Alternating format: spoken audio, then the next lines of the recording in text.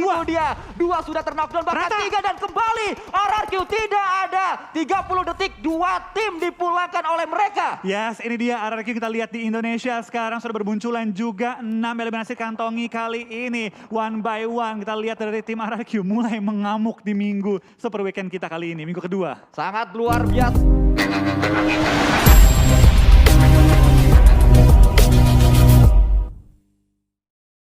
Untuk RRQ Rio di PMPL SEA Championship Season yang keempat, dan kita berpindah menuju ke arah Bigetron Red Alliance di mana ada Yuhai yang bermain dari match pertama kali ini. Betul, kali ini kita bakal lihat line up yang sama seperti minggu lalu juga di mana Yuhai sudah bermain kembali dengan hadir di Gaming House. Tentu ini menjadi angin segar lagi-lagi gue sebut karena apa? Karena sepanjang PMPL Indonesia, yes ada Yuhai tapi nggak se-GH, beda feel-nya. Ya, betul sekali. Pastinya dari segi evaluasi setelah match pun akan terasa berbeda. Mungkin dari segi ngobrolnya juga saat kita bersama tatap muka lah istilahnya. Pasti akan lebih cair lagi dan juga pasti akan lebih nyaman lagi untuk melakukan komunikasi. Dan kita berpindah kali ini dari area circle-nya kembali ke arah kiri lagi-lagi. Betul, kita bakal kembali shifting ke arah kiri. Cukup banyak tim yang langsung mengambil center dan sekarang menggalau nih. Karena mengambil juga area jembatan, tapi sebelum kita pindah jembatan kita bakal lihat Onyx dan juga tim Axis bakal saling berhadapan kali ini. Foki dan juga Mika bakal bertemu dengan 4 sekaligus player dari tim Onyx, di mana lemparan granat hampir menumbangkan Jeffs,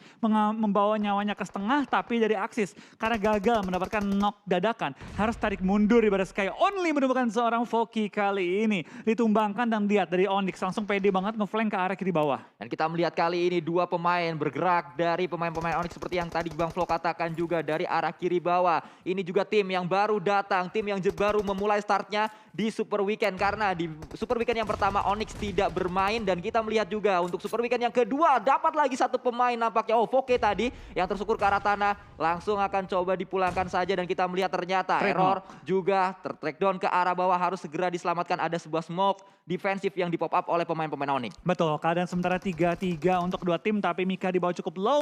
Dimana Heinup lagi mencari confirm knock-nya kali ini, tapi belum sampai ditumbangkan kembali player yang dia berhasil knock. Heinup menyadari bahwa ini fight yang cukup sulit dimenangkan, sedikit tarik mundur, kembali menyatu dengan seorang kacang susu di mana Mika terus memberi pressure di bagian sisi kanan dari fight-nya.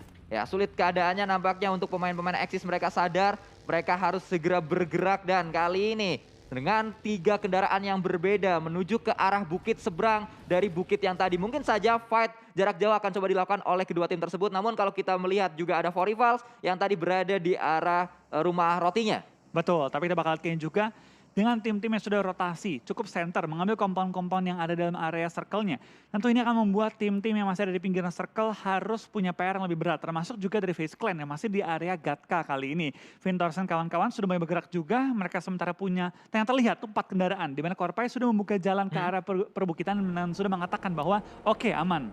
Ya, karena tadi Korpai sudah touchdown terlebih dahulu, turun dari kendaraannya sehingga dari 3 pemain FaZe Clan yang lain langsung datang ke area ini juga melakukan setup di sana, berada di area high ground. Bahkan Mr. Five juga sudah mendapatkan kali 6 tadi, sangat-sangat membantu pastinya dari vision yang dimiliki oleh Mr. Five. Betul, NFT pun sudah mulai rotasi kali ini dari kanan atas Talber, muncul-muncul di bawah, dan ini seperti rotasi biasanya NFT. Ya. Betul, ini yang menjadi sesuatu yang sangat menarik juga untuk NFT. Biasanya mereka juga mengambil area ini, tapi bedanya mereka dari Novo, dari kanan bawah menuju ke arah jembatan kanan, lalu menyusuri area pantainya. Betul, ini mah sama aja ujung-ujungnya gitu kan. Ada di bagian pantai-pantai juga mengambil komponen besar dan sekarang sudah melakukan setup untuk circle kita yang ketiga yang kali ini sudah mulai OTW menutup. Tapi apakah waktu yang dimiliki NFT untuk melakukan rotasi sama? Karena kan jaraknya jauh juga kalau dari Mostelber. Beda kalau mereka harus rotasi dari arah Novo Repno. Ya ini juga yang pastinya harus diperhatikan oleh NFT. Dan kita masih terus melanjutkan Fluket dengan DP-nya tadi melakukan sebuah open fire menuju ke arah lawan-lawannya. Namun belum ada sebuah knock yang didapatkan. Tapi kalau kita melihat dari area circle-nya kembali membanting ke arah kanan kali ini. Betul, ini banyak mengambil perbukitan yang dapat diisi oleh tim RRQ, APG dan juga seberangnya ada EVOS. Dan kali ini juga ada area-area open field yang ada diisi oleh tim Axis. Selanjutnya kita bakal lihat dari tim MSC juga langsung rotasi menuju ke bagian-bagian open field. Di mana mereka sudah melewati area selatan dari Pochinkinya menuju ke open field yang tampak ya bakal mereka mainkan pinggir-pinggirannya terlebih dahulu. Sedangkan NFT, nah ya mereka terlihat main pelan-pelan aja. Tapi mereka juga pasti juga mempertimbangkan sih. Posisi mereka ada cukup jauh dari zona, tapi yang mereka mau lewatin adalah tempat-tempat yang cukup panas diperebutkan oleh tim-tim, yaitu pinggir-pinggiran dari farmnya.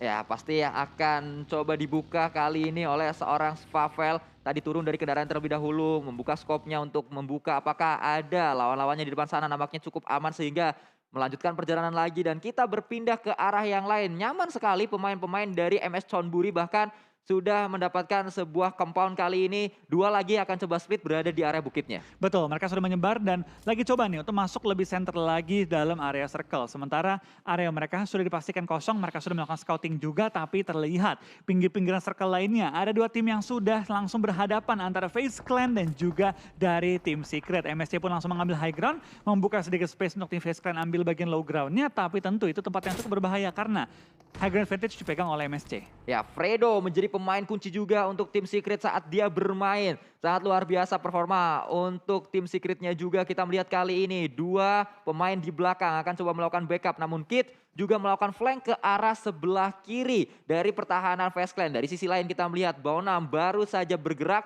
dan sudah ditunggu ternyata oleh dua pemain Infinity. Betul, kita bakal lihat dari tim BN tampaknya mengalami apa yang pernah dialami oleh tim NFT. Ya. Dihalangi di bagian jembatan, tidak dikasih lewat dengan bebas dan sekarang BN punya PR yang cukup berat karena mereka kalau lewat itu pasti jadi bahan tembakannya tim Infinity. Kalau mereka nggak lewat tentu mereka akan menghabiskan waktu cukup banyak di bagian jembatan. Ya, nampaknya pemain-pemain dari BN memilih untuk menerjunkan kendaraan-kendaraannya dan satu menyangkut di sana, sulit untuk bisa terjun. Akhirnya terjun juga. Ada dua kendaraan yang bisa diselamatkan, Aduh. tapi masih bisa.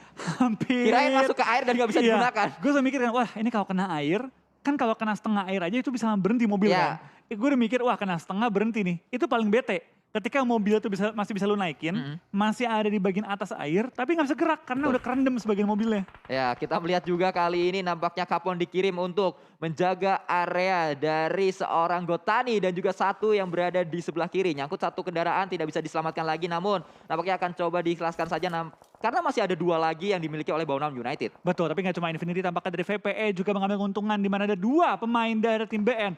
Kali ini dikunci di bagian luar area circle. Ada satu yang kenok dan tambah lagi knocknya. Dua player yang kenok oleh tim VPE. Ravenclaw juga untuk ngejaga sisi belakang dan ngejaga sisi belakang sudah dipenuhi oleh dia. Ya. Dijaga jalur dari tim BN. Sangat baik apa yang dilakukan oleh seorang Ravenclaw, bahkan tadi meledak pemain-pemain dari BN terkena ledakan oleh kendaraannya maksud saya, dan kita berpindah ke arah dua pemain BN yang tersisa akan coba melakukan hal yang sama karena mereka mendapatkan sebuah momentum di saat Logan tersungkur ke arah tanah. Swaps juga menjaga area ini, melakukan sebuah tembakan juga Mela dari sisi lain, namun datang dua pemain dari BN cukup berani melawan satu pemain yang masih bisa nembak, yaitu Nuzi melemparkan sebuah granat dilemparkan meledak di sana dan ternyata belum meledak tapi sudah pulang duluan. Betul, tapi Infinity juga kehilangan player mereka kali ini dan sekarang mereka harus bertahan dengan sisa 3 player mereka punya. VPE dari seorang Schwab sendiri udah ngantongin 3. Total dikantongi oleh tim VPE 5 eliminasi di awal permainan. VPE minggu pertama bisa dibilang up and down. Minggu kedua mereka memulai Super Weekend dengan permainan yang begitu agresif.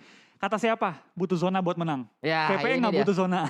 Ini dia VPE menunjukkan kualitasnya. Pemain-pemain yang sempat bermain di PW88 pastinya sudah sangat memakan banyak asam garam dari dunia kompetitif PUBG Mobile. Ravenclaw juga melakukan tembakan di sana mungkin, tapi kali ini belum bisa melakukan tembakan. Ternyata granat dari Nuzi, sebuah trap grenade kali ini meledak, membuat Ravenclaw pemain yang dikirim pertama untuk datang tersungkur ke arah tanah. Betul, tapi kita bakal lihat ada backup juga dari seorang Schwab masih menjaga area tembak dari lawannya. Di lain sisi tim Indonesia mulai bertemu juga di mana NFT kehilangan 2 member mereka. Cukup banyak tim yang mulai kehilangan anggota-anggota mereka. Cukup banyak tim yang sudah mulai dicicil player-playernya. Dan sekarang kita melihat sisa 52 player masih live padahal zona belum nutup. Ya, zona belum menutup namun banyak sekali pengikisan massal yang terjadi. Sebuah granat yang dilemparkan oleh Nuzi.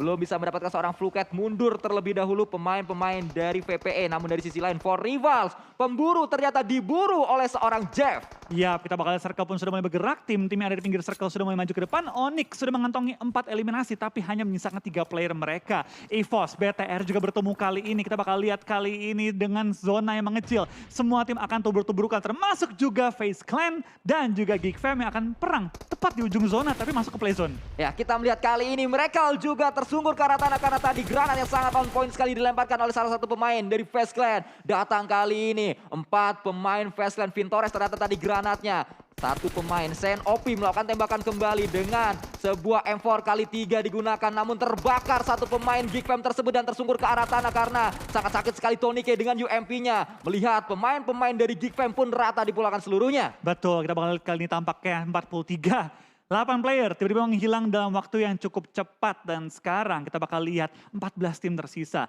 Area kali ini bukan pertama kita lihat, cukup sering kita lihat zona-zona yang menuju ke arah pom bensin, tapi tentu dengan 14 player masih alive. Ini masih banyak banget tim yang bertahan meskipun banyak juga tim dengan keadaan yang cukup terpukul kali ini. Ya, kita melihat ternyata pergerakan yang dibangun oleh RRQ Ryu berdekatan dengan pemain-pemain Eagle Esport. NFT dipulangkan ke arah lobby dari sisi lain karena fight yang terjadi di sana, namun kita melihat juga Parajin melemparkan sebuah granat terlebih dahulu. Dikokang terlebih dahulu kali ini, lempar ke arah depan mencari seorang Asa, namun ternyata harusnya masih ada jarak di antara Asa dan juga granatnya ya. Sudah meledak dan belum memberikan damage yang berarti. Betul, tapi kita bakal lihat ada fight yang mulai terbangun juga di antara tim RRQ dan juga 2E. Tapi Axis join the fight di mana Parajin tertumbangkan kali ini mengalami sedikit keuntungan bagi tim RRQ tapi masih terjepit juga. Belum sepenuhnya aman, 2 player knockout dengan lemparan Nerpeko yang begitu tepat dan tampaknya Nerpeko berhasil memulangkan tim 2E ke arah lobby juga. 3 eliminasi bagi tim RRQ. Tapi sekarang harus fight dengan tim APG. Ya, 3 eliminasi sudah dikumpulkan, bahkan tidak ada pemain-pemain RRQ yang dipulangkan. Kita melihat juga itu dia,